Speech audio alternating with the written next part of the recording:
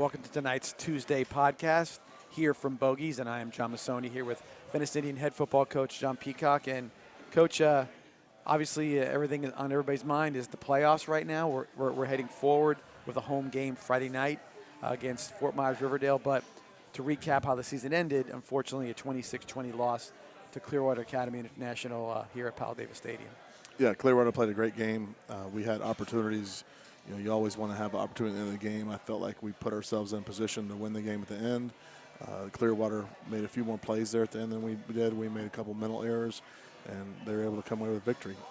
But I was happy with our defense. They made a play, gave us the ball back with an opportunity to score the winning touchdown. We got down to the goal line, first and goal at the 4, and we were unable to convert. Unable to put it together. Again, a game where maybe some red zone opportunities were squandered. I know you talked about you worked on it in practice this week. Big time emphasis this week. This has been our biggest emphasis we've had, pretty much on something singular like that all year is our red zone offense. And it's important. I mean, you think about things that that's you're going to get down there. You're only going to have so many possessions in a game and so many opportunities to be down there, and to come away. I can see one. You say, well, at one time here, there's going to be things that happen. It's been hurting us every game. All the way from game 1. Where it was really glaring was Miami Northwestern when we're down inside, the 5-yard line 4 times, come away with nothing. Right.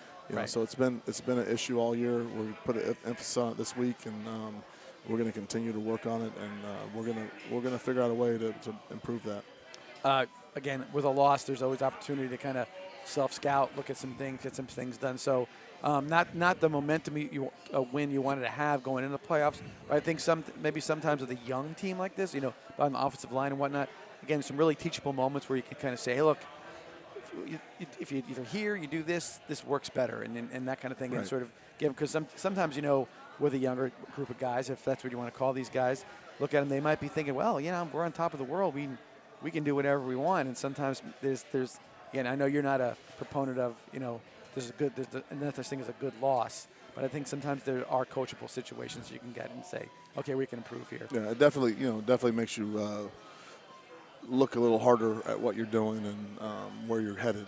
And I think as a staff, we have done that. And, hopefully, what we've done as far as our regular season is put ourselves in a situation where we're used to competing, for 1. We're used to playing good football teams, for 2. And 3, hopefully, with this, we'll get a chance at the end of the game one time, and we'll win it at the end of the game. We had a chance against Miami Northwestern at the end to win the game, both offensively and defensively. Defense did not get a stop there at the end against Miami Northwestern, and offense had a chance to go down and score, albeit we didn't have much time, but we did have a chance to get down the field and score, and we failed to do that as well. And then Friday night, defense made a play, put us in great position to win the game, and we fell short. So, how much do you put into the idea that Clearwater comes down here? It's their last game of the year, if I'm not mistaken. I think they're done now, right? And they've got this sort of bowl game mentality. This is it. Well, I try to explain. I knew that, and I try to explain that to our kids. Like, listen, they don't get to go to the playoffs. This is their bowl game. This is their final deal. Like, they're going to be so pumped for this game and so pumped to play you guys. And we talked about it in the coaches show. We win that game Friday night. It's just regular business. We won the game. We're supposed to win the game. Kind of deal. Yeah. And they win the game, and they're trying to tear down the goalpost. You know what I mean? And same with Miami Northwestern. They get a win, and they're jumping for joy. Right. So they got to understand that. It's kind of like it's I don't want to compare us to Alabama, but it's kind of like Alabama. They on Saturday, if they win the game, they won a game. If they don't, the other team is going crazy. Yeah, and if the other team wins, they're storming the field. Right. So they got to understand that and know that. Every team that comes in our stadium or every team that we play or line up against is going to be – we're going to have a target on our back, and it's going to be a notch and something for them, It's funny you say, because it's being a Gator fan, Steve Spurrier, obviously we say all the time, he goes, man, I like to have a game. I get to tear the goalpost down. I see it a lot, but I don't get to do it myself because the expectation was you were supposed to win. Right. The expectation is that's what's supposed to happen, and then so you don't have those moments where it's like, wow, okay, this is my this is my one-off scenario. I can go ahead and do this kind of thing. So it does become I wouldn't say frustrating, but it's so you're telling me Spurrier never got to tear the goalpost down? never. Yeah. See, that's my point. Yeah, see, because you're the guy expected to do it. Right. We got our program in a situation where, we talked about this a couple weeks ago, like the guidance counselor, the math teacher, the cafeteria worker, the grounds crew expect you to win. Right. Everyone expects you to win, which is a good thing. Right. No. So, and I'm not sure everyone at Clearwater International expected them to win Right. night, and it was a big deal for them. Right, and I get the phone calls I get after something like that What happened? Yeah, what was going wrong? What happened? I'm like, hey, they were a really good team, and they're an all-star team. We talked about this also, how they kind of built their program and whatnot through a lot of Canadian players coming down. I think 28 was on the roster. Josh Grant and I counted some guys from Eastern Europe and other places like that, and so all over the world. And so, these guys are coming there, and they're coming in there. Think about it, they're probably super athletes, playing a game that's not foreign to them, but maybe a different brand of football, whatever it may be. And you come down here in beautiful Clearwater, Florida, and you're getting an opportunity to do stuff, and then you say, okay, we look at our schedule, and this is the one right here. This is how we're ending it. Right. This will be the final exam.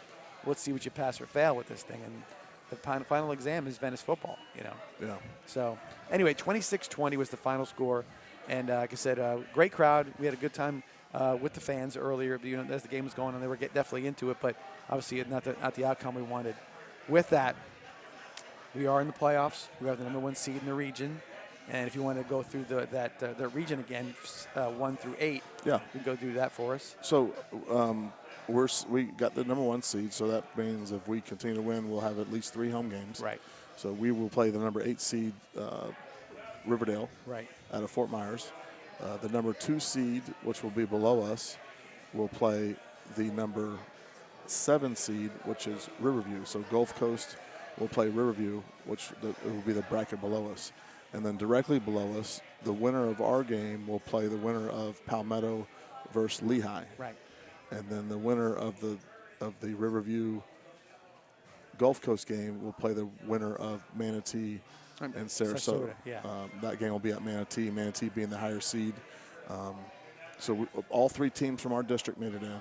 And we're really close to having Lakewood Ranch was just short of making the playoffs. And it would have been all 3 teams from the Sarasota district and all 3 teams from the Manatee district. So 6 teams could have been in those two deals. So, which I'll tell you, now that we've been through this point system, how they were doing the stuff. They almost got it right. I like it because there have been a lot of good teams over the years, just outside of where they weren't the runner-up, but probably deservedly so should have been in the playoffs based on their schedule and their record and everything else.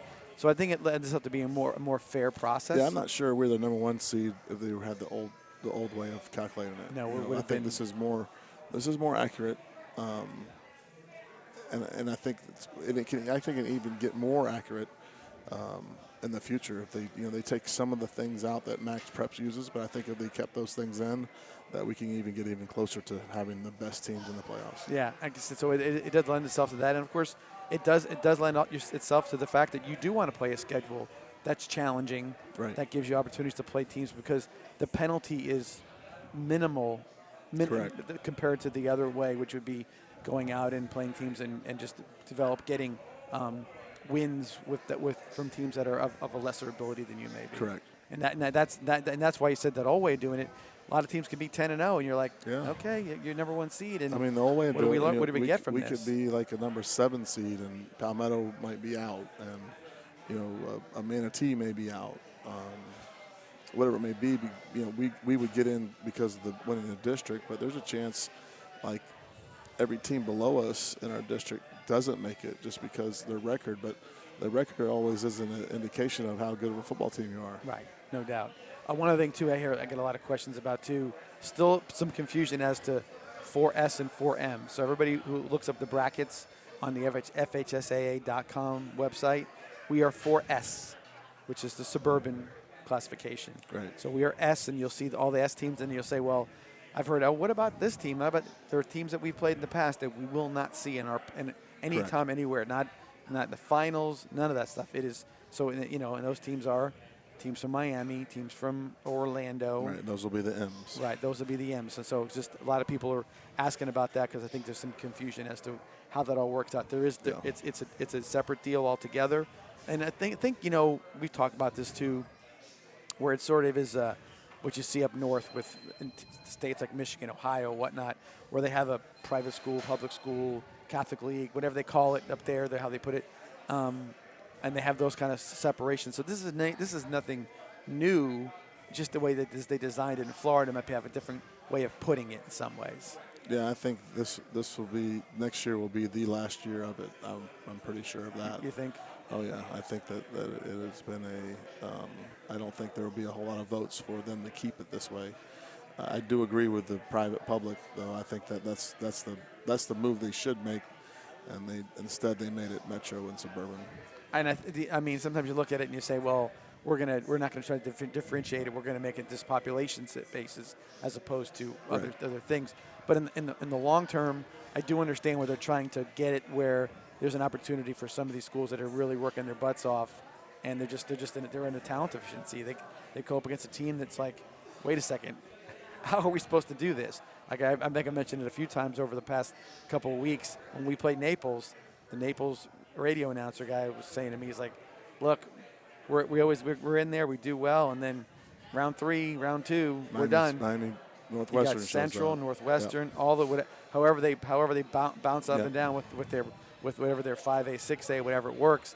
And they said we just don't have the means to do it, and so I think that's what's going to end up happening. I think the private thing I think probably would be the better resolution to all that if you do that, because then it still gives teams that are doing it publicly in the metro places or counties, where they're calling them right now, the opportunity to be on the same footing or comparable footings to the teams that we are, suburban schools. And we will see some familiar teams. I mean, it's not like this is not like you're going to see everybody. No, look at this. Look at the region. These are all teams we've seen before, maybe other than Riverdale. Would you say that? I mean, that's we played Riverdale 2 years ago in the playoffs. Okay, well there you go. You're right. I remember. Now I remember that. So you said that. Now I remember exactly what they look like too. Yeah, no doubt about it. Yep. So that would be the case. So they had the buckets, the 5-gallon buckets. That's right. That's right. That coach is now at Estero, maybe. Okay. Yeah, he left he left last year and went to a different school. I think he's at Estero. Okay. But, so they're not a bad team. They had some good players. They were disciplined.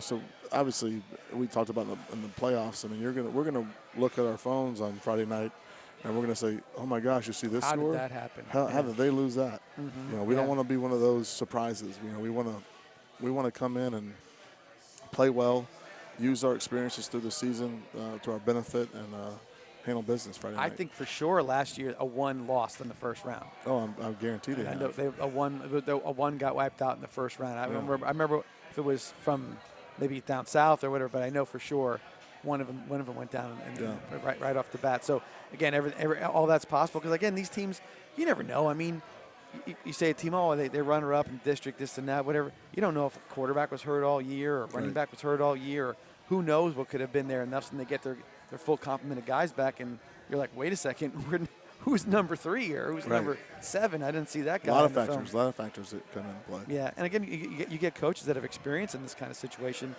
They know how to make it work. I mean, you think about your year 1 to your year 16 now. Right. No kidding. So there's a lot of things that go into it, and I think as well as the players. I think the players.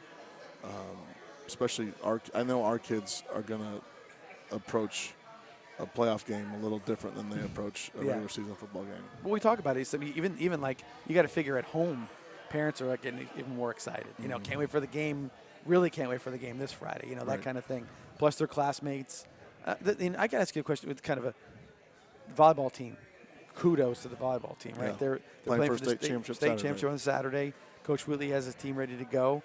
But you got to think the kids are like, man, look at the girls. You know, they got to hear that and watch that, see the excitement built about that. So that's got to give them a little bit of juice that feel like they want to get their opportunity to be in that situation too. Yeah, I think winning breeds winning for sure. Yeah. I think there's a culture at our school.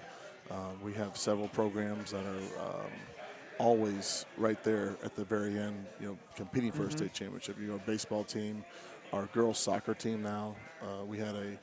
I think our tennis team won in the last couple of years. It did. Our swimming team has won in the last couple of years. So we have a lot of programs that are very successful, and I think winning, breeds winning, and there's a culture about it and an expectation about it as well. And you got to be right, and I think you guys are all in the same community as far as teachers and doing what you're doing. So there's got to be a little bit of that, watching each other be successful and right.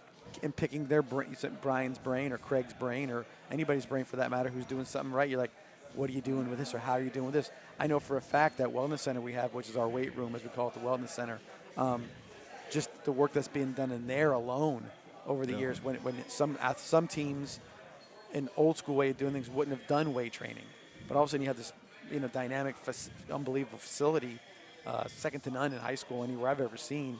And you're like, we got to utilize this because there is purpose to this. And then next thing you know, that's the next level that gets you better. Your stamina, your strength, all those things that kind of work into that. So there's a lot to be said. That's success. Having those facilities and properly put together, it does make a big difference. No, there's no doubt. The weight room has been a huge benefit for all of our programs. And I've seen guests come through there.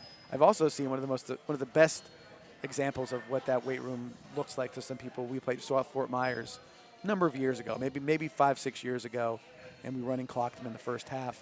They're good football team. They had done some really good things up to a few years before that, and their athletic director was a nice guy, and he was coming around with one of our administrators and said, "Hey, well, we're going to show you the weight room." He took one step to the door and he said, "Now I know why we got running clocked."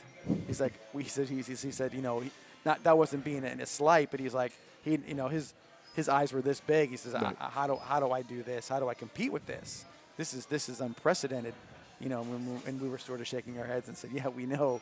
We're very fortunate that this all took right. place when it did.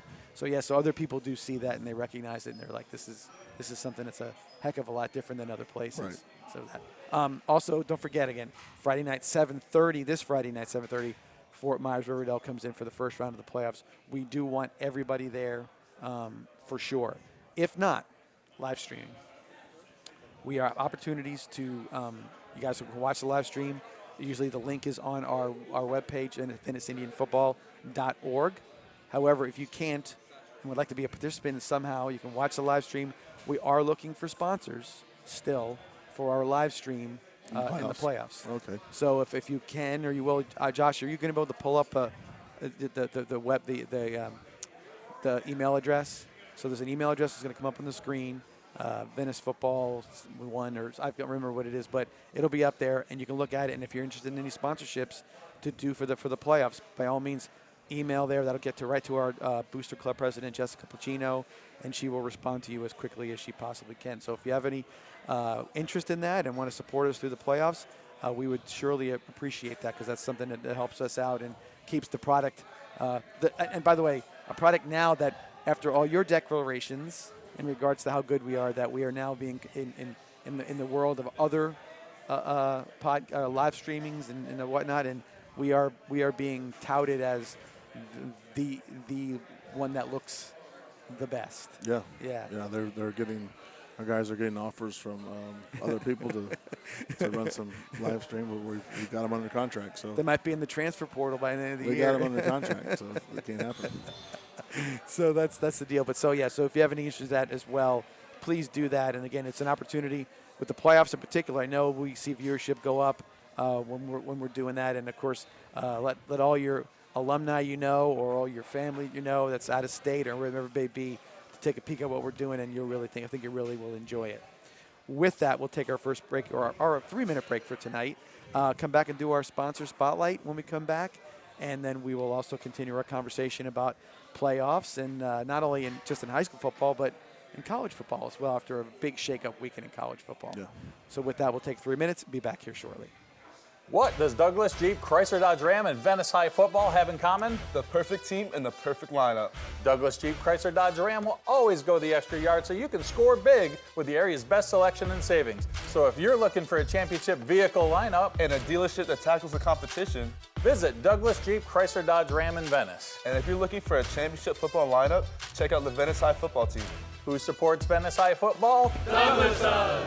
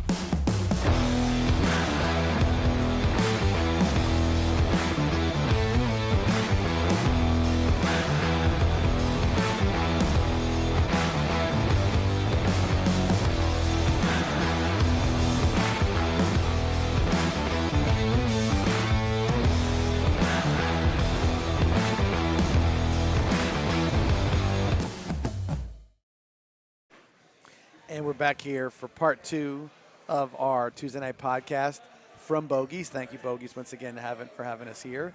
Lots of TVs on. We went healthy today. We did go healthy. Feeling today. kind of fat. I had salad. 10 weeks in, we definitely, it's always that weight that's gained. Yeah. A lot of bread. Lots of bread. It gets cold, though, so you get to wear sweatshirts. And you think you're hiding the fat, but you're not really hiding the fat. When you see pictures, you're like, you even look fatter with your sweatshirt on. But you look happy because it's the holidays. You're bundled You feel up, happier, not because hot you anymore. feel happier because you don't think anyone notices it. Right. But when you see a picture, like, God, I'm even looking fatter with a hoodie on. So it doesn't really help a whole lot. Yeah, it depends how the camera looks at you in those situations. All right, before I forget, sponsor spotlight tonight, Venice Pest Control. So thank you, Venice Pest Control, for all your pest control Tell you, needs. you're gonna need a pest control guy, our company here, next week, because this hurricane coming, all the rain coming. Yep. Those roaches are gonna They're gonna want to find everywhere. high ground. They're gonna be in your bathroom. They're gonna be crawling over your toothbrush. You need to get a guy. Lots of bugs. You need to get a company Lots out of there. bugs that you mentioned about how, with rats and it's coming out of the ditches and We got all the kinds of drainage rats. pipes. We got a big job. We got all kinds of rats in the press box. So yeah, we can. There was a live one last week sitting on Josh's right under Josh's chair. Yeah, it was like Ratatouille up there. Yeah. They were doing all kinds of stuff. He thought no one big could see buddies. him. So yeah, we definitely have our own. And That's a true story. That is a true story. But I didn't see it, but I was within 5 feet of it, so there's no doubt about it. What would you have done if he jumped on your lap? He had a pet rat, so it wouldn't have scared him. Yes, that's like Ratatouille. They would have been buddies. I would have definitely. If a rat jumped on my lap, I would scream. Anything dropped on my lap and I didn't know what it was, I'd be screaming. So Venice Pest Control, thank you, and you are our sponsor spotlight of the evening, and thank you for all you guys do for us and all of our sponsors. Like we say, what we do and how we do things and the quality of what we're able to do is really contingent upon how our sponsors helping us out. So we do appreciate all the stuff that they do for us, no doubt about it. Let's tack back a little bit towards with the playoffs again. So again, 7:30 on Friday night. Talk about the atmosphere we want to bring to the stadium, all that kind of stuff. So you got to, I think with all the hard work you do to get that number 1 seed, it is up to help the fans and the band and everybody else to kind of get that atmosphere proper, because those kids, they feed off that stuff. We know that they feed off that entry to come in the stadium. You're super sky high, and you know that you really want to get everything charged up. And this is where you start. This is where this is payday. There's 32 teams left, Right. and you start with about 80 to 90 in each class, and now there's 32 teams left. Next week there'll be 16. It goes down quick. Yeah, it goes by really, really quick. So, we gotta play our best game, like it's our last game, because it could as well be. So we're going to be focused, and we're just going to focus on Riverdale and try to play our best game to date, and hopefully get better through that process, and on to round 2. Yeah, no doubt. And breaking it down, like the season ends, and you kind of look. I told you I was going over the season-ending statistics. They look weird because it's only 8 games. We didn't play 10, so you kind of hard to make comparisons to prior teams or prior players or whatever. But ultimately, I did see a lot of production from a lot of different people on the offensive side of the ball and defensive side of the ball. Certain games you saw you had 2 linebackers with 10 solo tackles and whatnot. You see the D tackles, some games having big plays. I think it is, you're kind of seeing what they are or who they're going to be as players and as a unit in so many ways.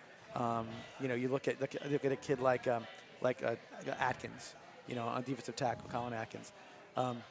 Collins is a splash player, and he's a solid player, but he does make some splash plays behind the line of scrimmage. So he's a guy you're almost looking for that kind of thing.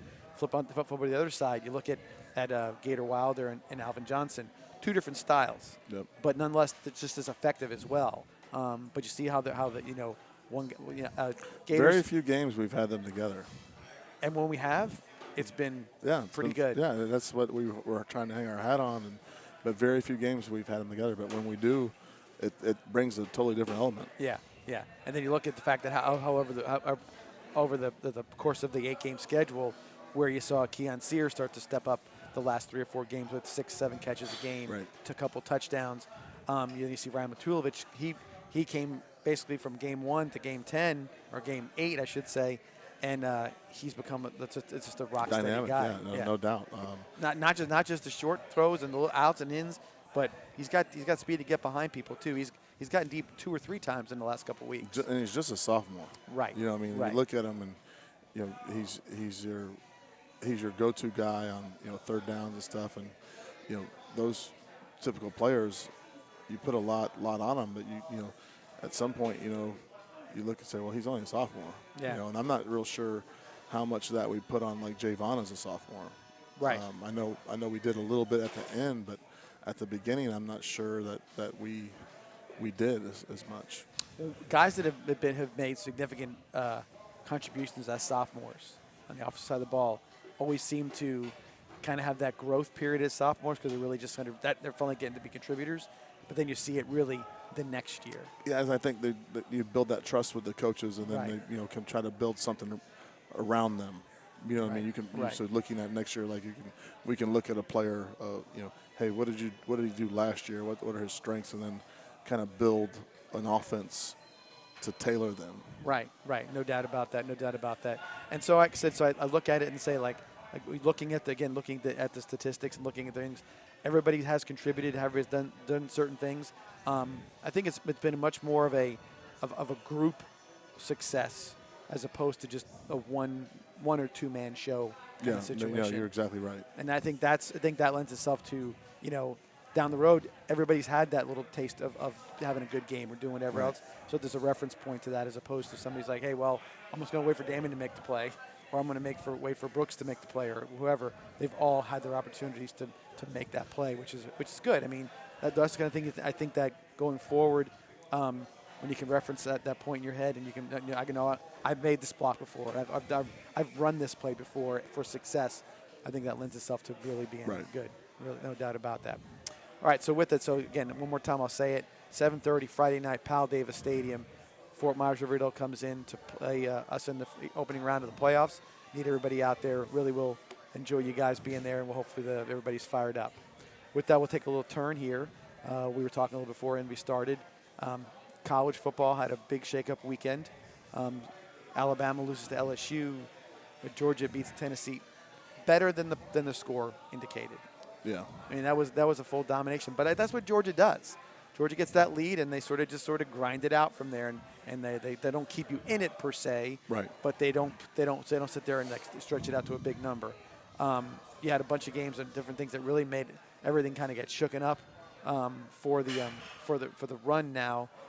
You've got the one SEC team being Georgia at number 1, 2 Big Ten teams, and then you have TCU, who you mentioned last week. If they're undefeated, do they get in? At this point, they are. Well, I think they get beat this week. Okay. So you want to go to the picks this week? Sure, let's do it. All right. So last week We had another not so great week.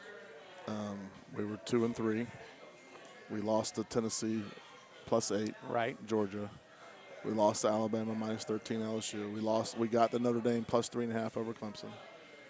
We lost to Miami +7.5 FSU. I did not see that coming. That was, of all the games, I mean, you saw the games how they played out, those big games. That was shocking how they just got rolled up and beat. Because Florida State has done that to anybody this year, Right. let alone a rival like Miami at their place. That's a big deal. And we got the UCLA over Arizona State. Okay. So I got this week. I got Tennessee. I think have a bounce back. I got Tennessee -20.5 over Mizzou. I got Kentucky -18 over Vandy. Vandy's like my team. I think you got to pick on them. You know, they're that bad. What happens is it seems like it's like, here we go again, and they sort of lose their momentum at the end of the year. And then I got Louisville +7 over Clemson. I just think that Clemson's not as good as people think right now. No, I think that proved out because I would say a average for Notre Dame, an average Notre Dame team, sort of put it to them. Yeah, and they almost lost to Wake, and they've been hanging on to some other games. So this was going to happen. I got Florida -7.5 over South Carolina. I just think they're going to not hold back anymore and kind of unleash Richardson a little bit. I think what happened was there was a definite sort of a wake up call. You came out against Georgia. You came out against some other. It didn't seem like you were playing with that all out everybody in kind of mentality. And you see a team in Texas A&M which was probably ripe for the picking, but you had to get out there and get a good start with them, and they ended up doing that. So I agree with you on that too. And I'm going to go Texas -7 over TCU. Okay, so there's your TCU. Yeah. Now again, Texas is. I mean, Texas took Alabama down to the wire with a 1-point loss. So yeah, I mean, Texas is. If there's going to be a team that I would say is going to beat TCU, it would be Texas. Right. It would be Texas. So yeah, I think you're pretty good with all those picks. The Louisville Clemson game, I don't. Is it at Louisville or is it at Clemson? Do we know? I'm not sure. Okay, because the only thing I would say to you is that sometimes teams like Clemson, if they're home, that's the little spark after the loss that they can rebound a little bit. So I'd have to look at that a little further. I'll go with it, but I'm a little. That's what I have a little trepidation with. I don't know. Well, I think Louisville staff is also they got to do something. Okay. So they need a signature win. Yeah. So I can see that. Now, also going back to the rankings, we'd gone through 1 through 10 and sort of crystal balled that a little bit. So Michigan, Ohio State, one of them is going to be out if they have to play each other. Right. Oregon and USC that fall just below the 4. One of them is going to probably go up, and one of them is going to go down because that win's going to be a big one for them. So there's the Pac-10 or Pac-12, I should say, still has a shot to get a team in the playoffs. Tennessee on the outside. We've talked about that sort of the loss in season that takes you out of the potentially of the championship game in the SEC as well. You can sit there and not do nothing on championship weekend and get back in because you're just sitting there at 5 and one guy loses and you pop in kind of thing. So they're right at that number unless they do something to lose or have a bad there are scenarios win. where all kinds of different teams. There's a scenario where Alabama gets in. Well, I think it goes all the way down to 11. Looking at what it was, because Ole Miss is at 11 right now. Ole Miss has 1 loss. Listen, if they go and win out for the rest of the year, and somehow they can get Georgia, they control their destiny. Now, is it a murderer's row to get there? Sure it is, but they have the ability to do it. I'm not so sure the teams below that. I mean, Utah has a couple of losses there, and they're at 13, so they're probably out of it at this point. Good teams, but just not. They have too many losses to kind of get up there to have that happen. So I think Georgia probably cruises through the rest of their schedule. They got 3 games. I think they're pretty much going to be okay. Well, they have the SEC championship. Right, but I'm saying in regular season Right. before the championship game. Michigan, Ohio State, like I said, they'll probably be one of those plucks out. And then you've got TCU stays out, so they'd be Tennessee in. So they have 3 games left? Yeah, they play. So they have Georgia Tech at the end of the year. That's their rival. I don't know who if they've played, who they haven't played in the East. Well, Missouri. You said it was Missouri. No, Tennessee plays Missouri. So Alabama has Ole Miss. They're going to have Auburn, and they'll have one more. One more. Okay. All right. Now it could be. I mean, there's a lot of things that can happen. It could be one of these directional schools. It could be a layup game for. They usually do that the week before the rivalry game. There's tons of things that happen. Because USC beats Oregon, Notre Dame beats USC. I mean, there's all kinds of. So there's a lot of stuff. Right. There's a lot of stuff that can still play out, but it makes it interesting. I mean, even if we had the playoff system, what we mentioned last week, we said, hey, if there were 3 1-loss SEC teams in the playoff, people would be screaming, let's do it now because we can't have this over and over again. Right. Where it's the SEC's tournament, not the NCAA tournament. And they would have done it. But even with that, there's going to be teams now that are going to be on the outside, and they're saying, let's start this thing now. Let's do it now because we could have been in there. We're the hot team. This seems like the year that you almost need it. Well, so like I said, you go down to 12 and you got a team with 2 losses or a Utah team that's pretty good or whatever.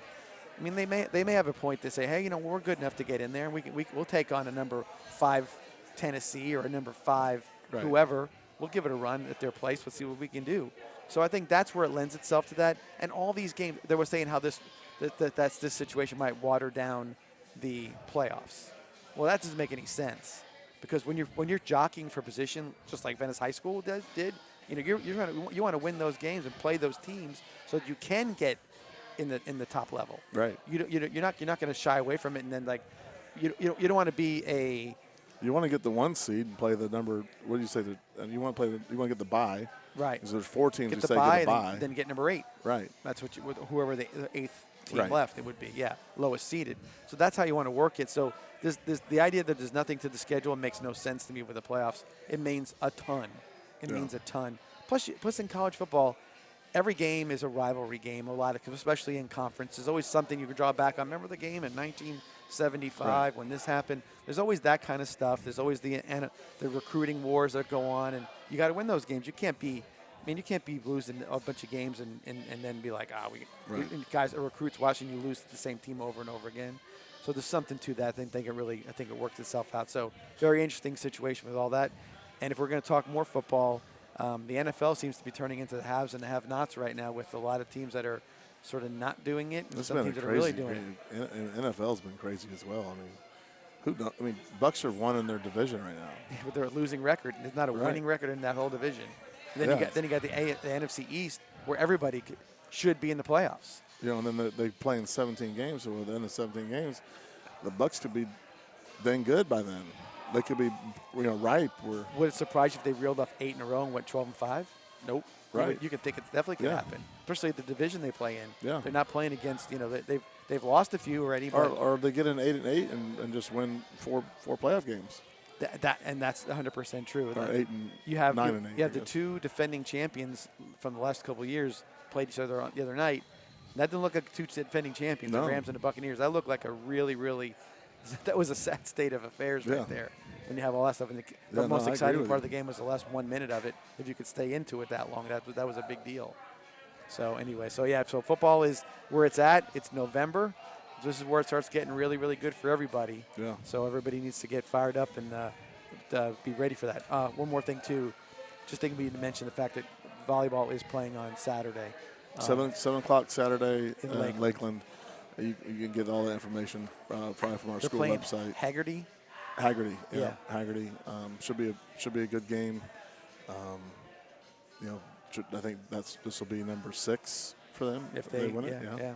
So that'll be cool. Or maybe number 6. I think it's number 6 going for number 6. And Brian, he was obviously we saw him after the game and he looked he was content, but he looked like he needed a day to kind of recharge his batteries because there's a lot. I mean, it's emotional. Everything, how it is. It's just everything's a lot of emotion attached to it. I tell you, the Wednesday night versus Plant was the most.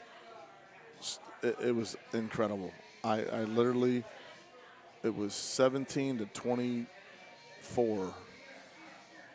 and I walked out of the gym. I had Justice with me, and Coach Hunter with me. And I said, "Let's go. Let's beat the traffic." We walked out the door. We're on the hallway. And took a few steps down the hallway. I said, well, let's go back and let's just, there's not a whole lot of people leaving us. So let's just go back and finish it out and see how it ends. And Venice came back and won the thing. Right.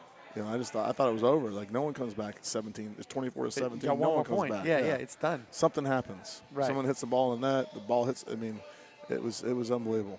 And so that's the kind of excitement you expect to see at any state championship game, but especially the volleyball team, our volleyball team. They are voted for Bear. They're really good to go. They're well coached. They're well prepared. Good athletes. Good students always as well too. So there's a total package. So if you get a chance to go up there and you get a chance, and if you're, I know the volleyball's got they have a great following too. So they're going to get their fair share of fans up there. But if you can, we'll definitely they definitely appreciate your presence. So go ahead and get up there and see the girls volleyball team after you see the Venice Indian football team play on Friday night. And after you play go the to golf tournament. You can do it all. As you go Friday night to the football game, you're going to wake up early Saturday, go play the golf tournament, get in your car, and drive up and see the volleyball team. One more opportunity also I wanted to mention again for the live streaming for us. Can I mention that we're doing it for a bigger, it's our live stream that we're doing it on. So we're doing our live stream. We do need sponsors. We always like to have sponsors, especially through the playoffs. You get a lot of exposure with that. So if you're interested in sponsoring our live stream in the playoffs, Josh will put up an email address that's connected right to Jessica Pacino, our Booster Club president. And if you're interested in an opportunity to do some sponsorships, she'll be more than happy to take your email and respond to you in kind, and we'll make sure we get all of that done. And we'll get you on there for a sponsor. Also, again, our sponsor spotlight for tonight was Venice Pest Control. If you've got take care of those roaches after tomorrow night, after Thursday morning. They're going to be all up in your bathroom. You name all that stuff. Yep. They crawling on your toothbrush. They got it all. They got it all. Good. They got it all covered. So you got to go that and just give them a call over there, and they'll help you out. Yes, if it is windy enough and rainy enough, we will have. No, they will get in the house. They will get in the house. You ever had a roach crawling in the middle of the night? I have. Yeah. It was. Call Venice Pest Control. I had a buddy who shall remain nameless who was not very clean in college, and sleeping on his floor for a weekend, and had a lot of friends cuddle with me, and they had 9-10 legs and antennas and whatever else it was. So very uncomfortable situation to say the least. So Venice Pest Control sponsor spotlight. Appreciate all your help. With that, we'll wrap up our podcast for tonight, Coach. And I know we're going to be doing this a little bit, and it'll be good. It'll be fun. And I think I'm really looking forward to this Friday night and many more Friday nights coming up in the future. Yes, thank you, John. With that, we thank you guys for watching us again here on our Tuesday night podcast. See you next week Oh my gosh. here at Bogies. Thank you.